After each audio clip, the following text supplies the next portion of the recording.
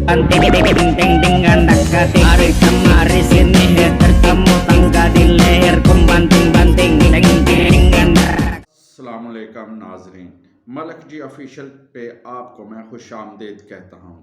آج ایک بڑی اہم ڈیولپمنٹ اور بڑا اہم کام ہوا ہے کہ سپریم کورٹ جو کہ ہر ہفتے کی کاز لسٹ جاری کرتی ہے، اس ہفتے بھی انہوں نے اپنی کاز لسٹ جاری کر دی ہے، جس میں ٹوٹل 6 بینچز تشکیل دیے گئے ہیں اور یہ 6 بینچز مختلف کیسز سنیں گے۔ لیکن سب سے اہم، سب سے امپورٹنٹ جو بات ہے وہ جسٹس قاضی فائز عیسیٰ کا بینچ ہے۔ جسٹس قاضی فائز عیسیٰ صاحب اپنے ساتھ انہوں نے اطہر من اللہ اور جسٹس امین الدین صاحب کو رکھا ہے، اور ان کا ایک نمبر عدالت میں یہ بینچ بیٹھے گا اور کیس سنے گا۔ اب آپ پوچھیں گے کہ وہ کیس کیا ہے جو یہ سنیں گے۔ تو جناب، جو کیس یہ سنیں گے وہ اس کیس کے بارے میں میڈیا میں رپورٹ کرنا، میڈیا میں بات کرنا، میڈیا میں پیش کرنا انتہائی مشکل اور انتہائی یعنی کہ ناممکن سمجھا جاتا ہے۔ اس ملک میں آپ فوج کے خلاف بات کر سکتے ہیں، عدالت کے خلاف بات کر سکتے ہیں، نواز شریف کے خلاف بات کر سکتے ہیں، عمران خان کے خلاف بات کر سکتے ہیں، مذہبی جماعتوں کے خلاف بات کر سکتے ہیں، لیکن جسٹ ملک ریاض کے خلاف بات نہیں کر سکتے۔ اتنا ملک ریاض طاقتور ہے کہ وہ اس کے بارے میں کسی چینل پہ کوئی خبر نہیں چلتی۔ ملک ریاض کے جو بحریہ ٹاؤن ہے اس میں کوئی شام کی ایوننگ کا ایک میوزیکل نائٹ ہوتی ہے، اس میں ایکسیڈنٹ ہو جاتا ہے۔ ایکسیڈنٹ میں لوگ زخمی ہو جاتے ہیں، لیکن کسی چینل کی جرات نہیں ہوتی کہ اس کو رپورٹ کر سکے۔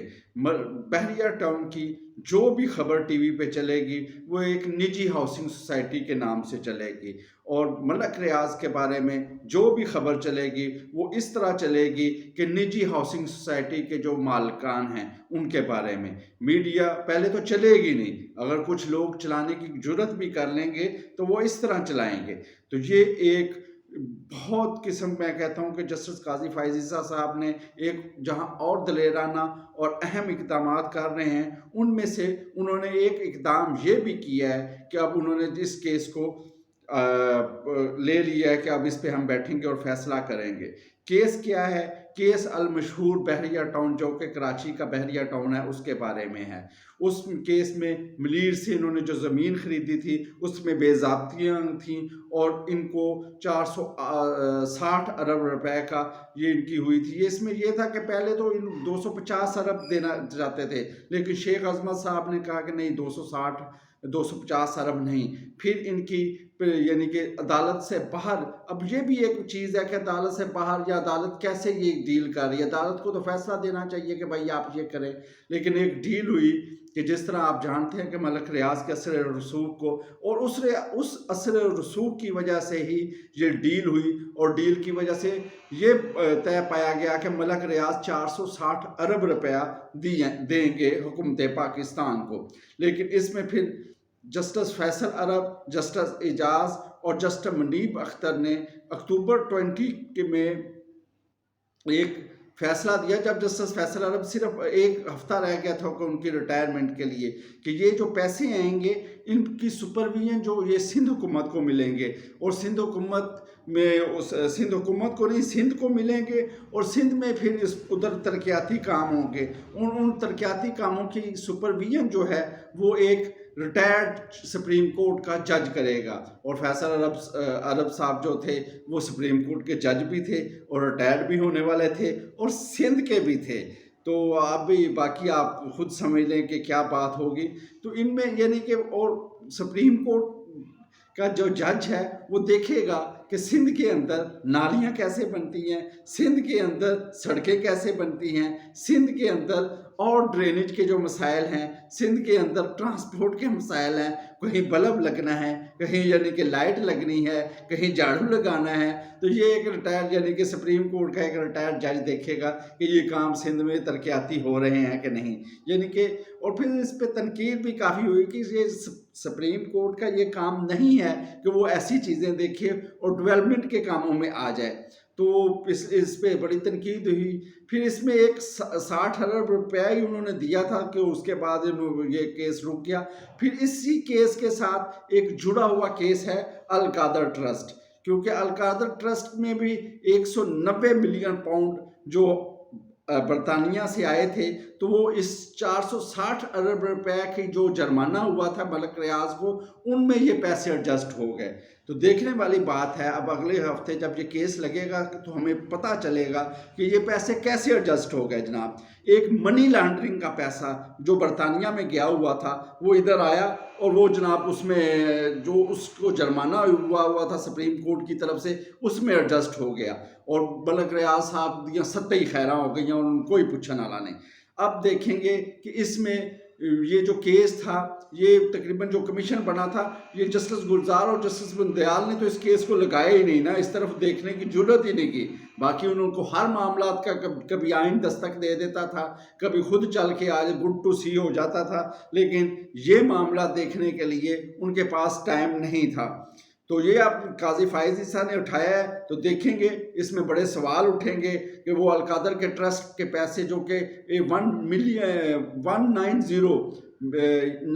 ملین پاؤنڈ جو ہیں وہ آئیں اور وہ کدھر لگے، اور وہ کیا اس قسط میں ایڈجسٹ ہوئے یا حکومت پاکستان کو ملے. اب اس پہ بھی یہ ہے کہ اس پیسے کے دعوے دار بھی 3 ہیں، یعنی کہ حکومت پاکستان کہتی ہے کہ ہمیں ملیں، سندھ حکومت کہتی ہے کہ ہمیں ملیں، اور سپریم کورٹ کا یہ تھا کہ یہ پیسے ہمارے پاس آ جائیں اور ہم اس کا ڈیسائیڈ کریں گے کہ کہاں استعمال کرنے ہیں. یعنی کہ سپریم کورٹ کہ جو چیف جسٹس تھے، جو پہلے ایک لاہوری گروپ تھا، وہ یہ تو کہہ رہا تھا کہ دنیا کے تمام کام کی ہم خبر رکھیں گے، لیکن اپنے جو حالات ہیں، جو یا فوج عدالت کے اندر کے معاملات ہیں، اس کے بارے میں ہم سے نہ پوچھیں، چاہے غلط کریں چاہے صحیح کریں. تو اس کے بارے میں پتہ چلے گا کہ اب کیا ہوگا. ابھی شنید یہ بھی ہے کہ جیسے ہی یہ کیس ختم ہوگا نا، تو پھر یہ فوجی عدالتوں والا بھی کیس لگے گا، اور الیکشن 90 دن والا بھی کیس لگے گا. اور جو 2013 میں جب پیپل پارٹی کی حکومت تھی تو انہوں نے ایک ریفرنس بھیجا تھا بھٹو کے کیس کے بارے میں، تو اس کے بارے میں بھی ابھی فیصلہ ہوگا. تو ایسے تمام کیسز جو کہ بہت عرصے سے پڑے ہوئے ہیں اور ان پہ یعنی کہ مٹی پئی ہوئی ہے، تو ان کو دوبارہ مٹی ہٹائی جائے گی اور عدالت میں پیش کیا جائے گا اور ان کے پہ فیصلہ کیا جائے گا. تو دیکھیں اب اس کے بارے میں کیا ہوتا ہے. دوسری خبر تھی یہ کہ لاہور ہائی کورٹ میں رہے پی ٹی آئی والوں کو بڑی اچھی یعنی کہ خبر، لاہور ہائی کورٹ میں وہ گئے تھے کہ وہ لبرٹی میں جلسہ کرنا چاہتے تھے، تو ان کو اجازت نہیں مل رہی تھی. تو لاہور کامران صاحب جو لاہور ہائی کورٹ کے جج ہیں، انہوں نے کہا ہے کہ بھائی اگر پی ٹی آئی کو جلسے کی یعنی کہ اجازت نہیں تو پھر کسی کو بھی نہیں ہونی چاہیے. اور بڑی صاحب اور بڑی اچھی بات انہوں نے کی ہے، کیونکہ پی ٹی آئی کوئی بین آرگنائزیشن تو ابھی تک نہیں ثابت ہوئی، کیسز ان پہ چل رہے ہیں، وہ ان کا سامنا کر رہے ہیں. لیکن یہ ہے کہ اگر آپ جیسے دوسری جماعتوں کو جلسہ کرنے کی اجازت دے رہے ہیں، جیسے آج شیخو پورہ میں مسلم لیگ نون کا جلسہ ہو رہا ہے، ہر پارٹی اپنا جلسہ کر رہی ہے، تو پی ٹی آئی کو بھی جلسہ کرنے کی اجازت ہونی چاہیے. تو یہ بڑی ٹھیک رائے تھی ان کی. باقی ڈالر کا ریٹ کم ہو گیا ہے، دوبارہ 277 روپے پہ آ گیا انٹر بینک میں، 330-40 پہ چلا گیا تھا اور اب 277 پہ آ گیا ہے. اور لیکن کہنے کی بات ہے یہ کہ یہ ریٹ جو کم ہو گیا ہے، اس کا ہمیں کیا فائدہ ہوا ہے؟ عام عوام کو اس کا ابھی تک کوئی اس کے ثمرات نہیں ملے.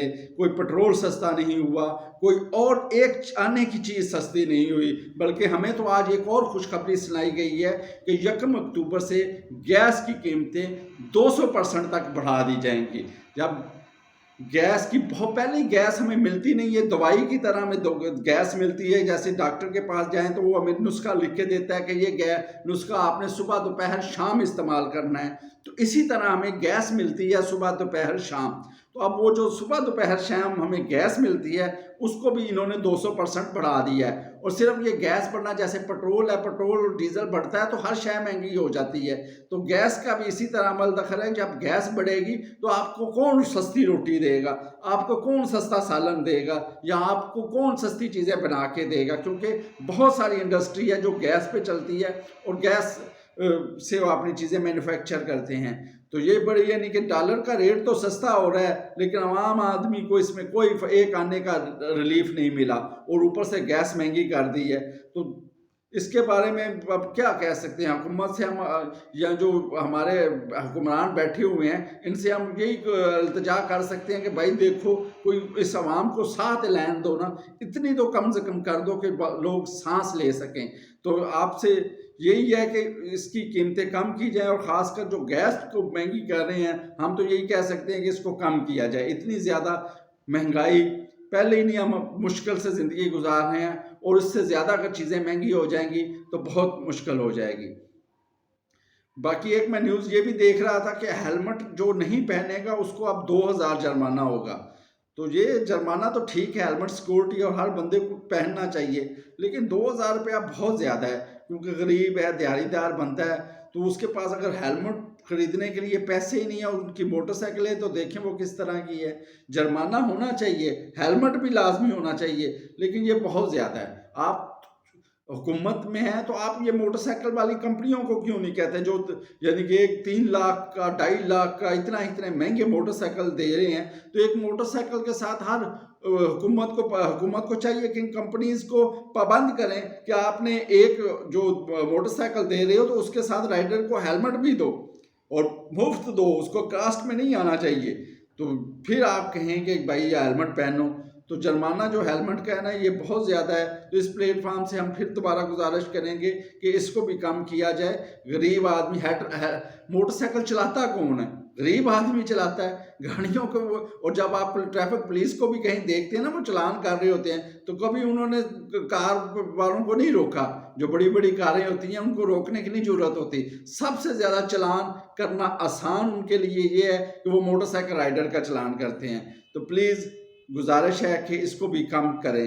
تو بہت شکریہ آپ کا اس پروگرام کو دیکھنے کا۔ اگر کسی چیز کے بارے میں آپ کچھ کہنا چاہتے ہیں تو کمنٹس میں ضرور بات کیجئے گا، اور اس ویڈیو کو شیئر بھی کیجئے گا، لائک بھی کیجئے گا، اور چینل کو سبسکرائب بھی کیجئے گا۔ بہت شکریہ۔